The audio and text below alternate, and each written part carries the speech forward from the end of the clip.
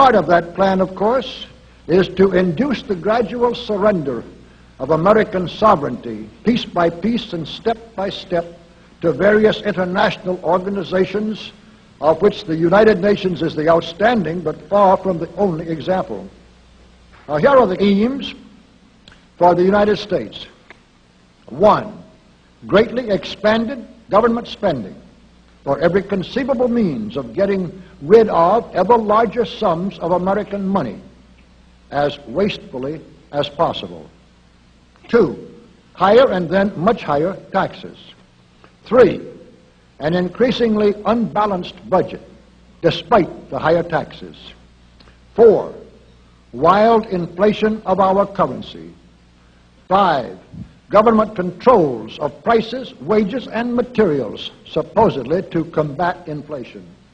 6, greatly increased socialistic controls over every operation of our economy and every activity of our daily lives.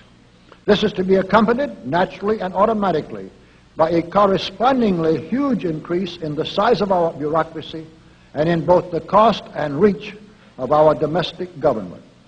7, far more centralization of power in Washington and the practical elimination of our state lines.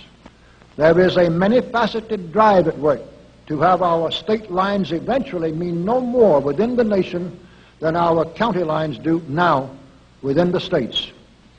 8, the steady advance of federal aid to and control over our educational system, leading to complete federalization of our public education. 9, a constant hammering into the American consciousness of the horror of modern warfare, the beauties and the absolute necessity of peace. Peace always on communist terms, of course. And 10, the consequent willingness of the American people to allow the steps of appeasement by our government which amount to a piecemeal surrender of the rest of the free world and of the United States itself.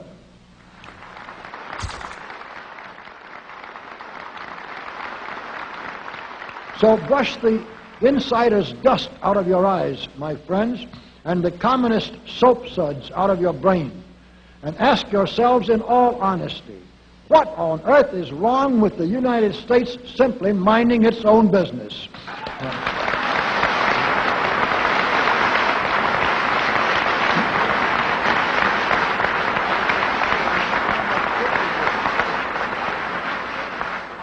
Or with having its foreign policy function primarily for the safety and benefit of the American people.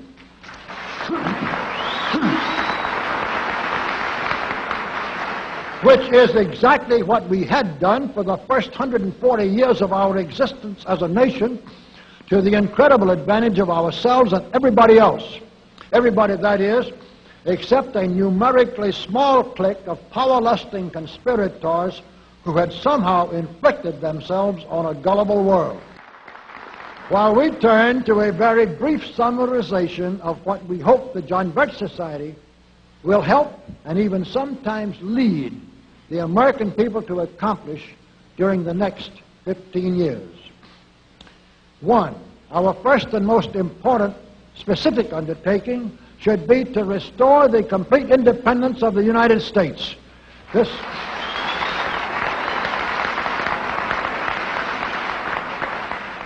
This includes our resolution to get us out of the United Nations and get the United Nations out of the United States.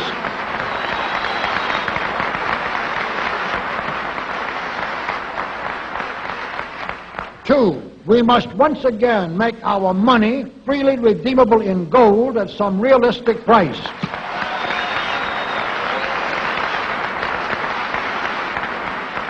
And we must take all practicable legislative steps to prevent a recurrence of the enormous thievery and other subversive crimes that have been perpetrated on the American people through a contrived inflation by every president from Franklin Roosevelt through Richard Nixon.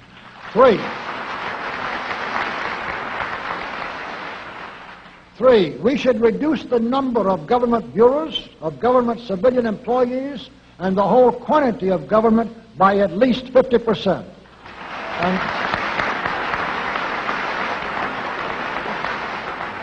And we should achieve at least this much reduction in proper fashion through gradually convincing a majority of the American people of the wisdom of such a course.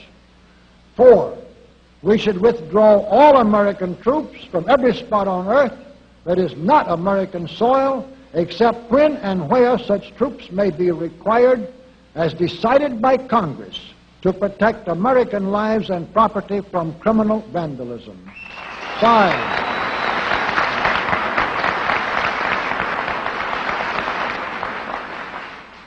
5, we should get government out of the areas and functions and activities where government does not belong. Again, all steps to this end should be taken gradually, but nevertheless just as rapidly as enough of the American people can be persuaded to support such progress. Any such achievement will require a truly massive educational force, but that's exactly what we hope to build during the next 15 years. We could go ahead for at least 100 numbered items, but the John Birch Society will undoubtedly be working on more than that many specific projects, which will be laid out in its bulletins before another 180 months will have rolled around. And all of these projects will fit into the general pattern indicated by the 5 major objectives listed above. So let's really wind up this marathon monologue with one final thought. None of us can guarantee anything about what the future will bring. Your speaker knows what a job we have before us to rid our country of the scourge of communism within the next few years, and then to go ahead on our constructive program so well that 15 years from now we shall already be entering an era of far less government, of a much sounder sense of responsibility, and, with God's help, of a better world. But I sincerely believe that it can be done, and this much I know.